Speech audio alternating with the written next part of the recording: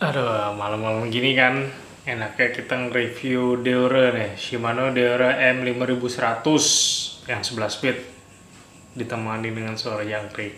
Makin mantap. Kurang kopi doang deh kayaknya nih.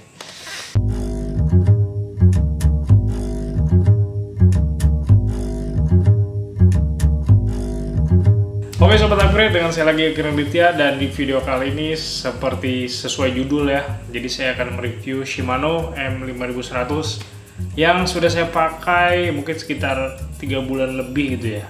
Jadi kayak udah tahu nih feelingnya seperti apa, dan nanti saya jelasin kenapa saya pilih yang ini M5100 ketimbang yang M6100 yang 12 speednya, 12 speed family. Jadi nanti saya beberin alasannya. Tapi sebelum mulai, ini sebagai konteks ya, grup set ini Deore yang M5100 disimpan atau diinstal di sepeda saya nih, Siskiyou D7 tahun 2019 atau model year 2020. Jadi udah beberapa tahun kemarin ya. Dan mungkin sebagai konteks juga, sebagian orang mungkin bilang kayak ini mah kayak downgrade ya, karena sebelumnya kan ini tersemaikan Deore ini M8000 Deore XT yang 11 speed juga, dan ini saya pakein atau saya ganti dengan ini ya. Mungkin dibilang downgrade, cuman ya nggak apa-apa, kalau nggak gitu kan nggak bakal jadi nih video kalau nggak dicoba ya. Jadi kayak gitu nih Sobat Upgrade. Oke, yang pertama kita ngomongin speknya dulu nih. Kita ngomongin spek dari crankset nih. Crankset ya, ini adalah two piece crankset. Jadi model cranksetnya ada dua ya, chainringnya dan spindle, lalu ada crank arm sebelah kiri. Beda dengan misalnya kayak crankset yang square taper, itu kan ada 3 bagian, BB nya sendiri, cranknya kiri kanan terpisah. Nah ini cuma 2. Fungsinya apa? Jadi biar lebih rigid ketika pedaling, transmisi tenaganya lebih tersalurkan gitu kan. Kalau misalnya oblak atau goyang-goyang kan malah gak enak gitu ya pedalingnya. Nah ini itu rigid seperti itu. Bedanya apa dengan yang seri 6100? Kalau yang di M6100 di bagian chainringnya itu dia ada namanya Chain Engagement Plus. Apa sih sebenarnya itu Chain Engagement Plus? Ngomongnya agak beribet gitu. Tapi bedanya apa sih? Kalau Chain Engagement Plus itu di bagian teeth-nya, di bagian giginya tuh ya Sobat Upgrade, itu ada kayak gigi khusus yang bikin rantai itu lebih smooth ketika pedaling, jadi nggak terlalu berisik dan juga lebih ngegigit. Kan narrow wide tuh ada beberapa tipe ya. Nah kalau misalnya yang ada Chain Engagement Plus-nya itu ketika di jalan bapi rantai itu tetap gigit, nggak goyang kemana-mana, jadi tetap dipakai pedaling tetap oke, nggak loncat gitu ya, jadi ngejaga. Nah di seri ini M5100 itu nggak ada Chain Engagement Plus-nya. Walaupun demikian ya tetap apa ya, narrow wide-nya tetap gigit kok, tenang aja seperti itu. Lalu dari segi model, bentuk crank, tampilan, menurut saya sih kadang ya kayak B aja gitu ya, nothing fancy. Ketimbang yang seri 12 speed family itu dia ada direct mount model chainringnya. Kalau ini kan nggak nih, kayak model chainring biasa ya. Jadi nggak bisa plug and play dengan yang direct mount. Jadi kalau misalnya kamu mau ganti chainring punyanya Deore XT M8100 tuh nggak bisa. Kalau yang 12 speed yang Deore tuh bisa pakai yang 12 speed family ya. Kalau ini nggak. Setelah ngomongin crank, kita masuk ke bagian kaset atau sprocket atau cock atau gear, terserah kalian nyebutnya apa, tapi saya nyebutnya di sini kaset. Nah kasetnya ini bahannya full steel, jadi sama seperti yang seri 6100 yang 12 speednya.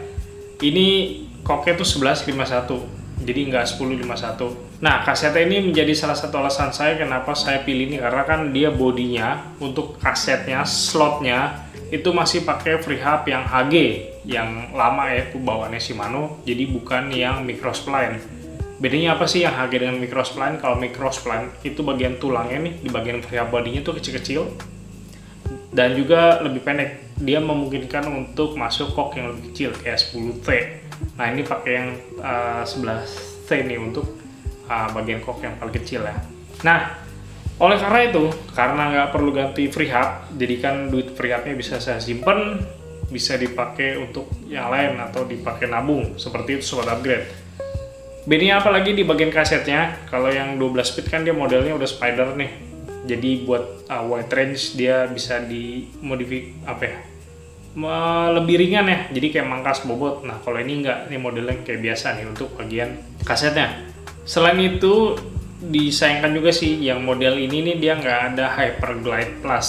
Jadi Hyperglide Plus itu memungkinkan kamu misalnya untuk shifting under tension, contohnya ketika goes tiba-tiba ada tanjakan yang cukup teknikal ya, kan langsung shifting brut gitu loh. Nah kalau ada Hyperglide Plusnya itu lebih smooth aja, jadi kayak seamless lah modelnya. Oke, sebelum ngomongin RD kita masuk dulu ke bagian shifter. Jadi shifter ini saya pakai yang IF ya, I-Spec. Jadi model bracketnya mountingnya jadi satu dengan brake. Ini memungkinkan biar lebih ringkas aja dari segi desain dan juga tetap adjustable kok, tenang aja. Nah shifternya sendiri kalau dilihat dari bahan memang cenderung lebih plastik nih. Menurut saya sih it's okay karena shifter ini kan bukan bagian yang kontak langsung dengan tanah. Ya nggak bakal kontak langsung dengan tanah juga kecuali kamu nyungsep atau jungkir balik, walaupun jangan sampai ya sobat upgrade. Nah shifternya sendiri ini bisa ada two way release, jadi untuk naikinnya atau nuruninnya itu bisa depan belakang gitu, tek tek tek tek tek seperti Shimano pada umumnya. Dan juga dia ada rapid shiftingnya juga, jadi bisa menaik beberapa kok sekaligus. Itu sih yang cukup fungsional yang saya suka, jadi ketika shifting bisa langsung vert gitu loh, naik. Kita masuk di bagian yang mungkin kalian tunggu-tunggu, di bagian RD-nya. RD-nya nih kalau kita lihat dari segi model memang kayak 1112 dengan yang seri 12 speed yang M6100. Kalau kita lihat sekilas memang kalian kayak nih yang 11 sampai 12 nih, kecuali kalian teropong dalam-dalam lebih detail itu baru kelihatan bedanya. Nah di RD yang M5100 ini dia juga udah Shadow Plus design, jadi dari segi bentuk lebih compact, ergonomis, dan juga ada locknya. Jadi locknya ini berfungsi menjaga rantai tetap stabil ya, jadi dia nggak berdansa sendirian ketika melewati jalan yang bergelombang atau akar, jadi nggak peletak. Itu kan mengganggu banget nih, terutama ketika kamu lagi paddling di jalan yang rusak ya, itu rantai tetap aman, jadi dia nggak loncat-loncat, tetap pada tempatnya ya gitu. Dan sekarang kita masuk kesimpulan nih, mungkin hal yang ditunggu atau mungkin kalian emang skip videonya semua masuk ke kesimpulan, terserah. Nah memang dia secara rasio ini nggak sebanyak yang 12 speed ya, 510% rasionya, dia 480 something. Cuman nggak apa-apa karena kan saya juga ngincer di kok paling besarnya nih 51 feet. Itu yang makanya untuk trail bike kayak gini sih sangat dibutuhkan ya buat paddlingnya tuh. Kayak gitu nih sobat upgrade. Jadi dari segi rasio ya 480 something tuh masih oke lah ya, karena belakangnya juga besar buat tanjakan. Lalu karena free up-nya nggak perlu kamu ganti nih, kalau misalnya kamu pakai free up yang HG yang pada umumnya nggak perlu ganti ke microspline, jadi itu saving cost banget, bisa disimpan nih sisa uangnya kayak gitu sobat upgrade. Dan sekarang kita masuk ke performa shifting nih sobat upgrade. So far sih so good ya, nggak ada masalah. Cuman memang ketika shifting under tension gitu, tiba-tiba ada tanjakan yang teknikal kita vert, itu nggak semulus atau nggak seseamless yang ada Hyperglide Plus-nya. Ya jadi pintar-pintar kita ngatur aja di track yang misalnya kita udah tahu nih, oh ini bentar lagi menanjak, jadi shiftingnya agak dicicil, nggak langsung dibejak kayak gitu ya sobat upgrade.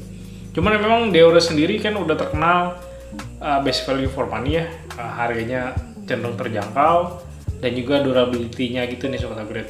Jadi kalau misalnya dipakai di track yang cukup kayak track AM gitu sih masih oke menurut saya. Beberapa teman juga sering pakai ke Gunung Pinang pakai Deore-nya, nggak ada masalah. Dan ketika paddling pun karena dia ada locknya itu sangat membantu, jadi rantainya nggak berdansa sendiri, mengurangi chance lap dan lebih silent di bagian RD-nya. Oke, terima kasih udah nonton. Semoga bermanfaat reviewnya, bisa jadi bahan pertimbangan lah ya kira-kira kamu mau beli yang seri 51 atau yang 61 atau malah di atasnya kayak SLX XT XTR. Amin. Oke, terima kasih udah nonton. Sampai jumpa di episode selanjutnya.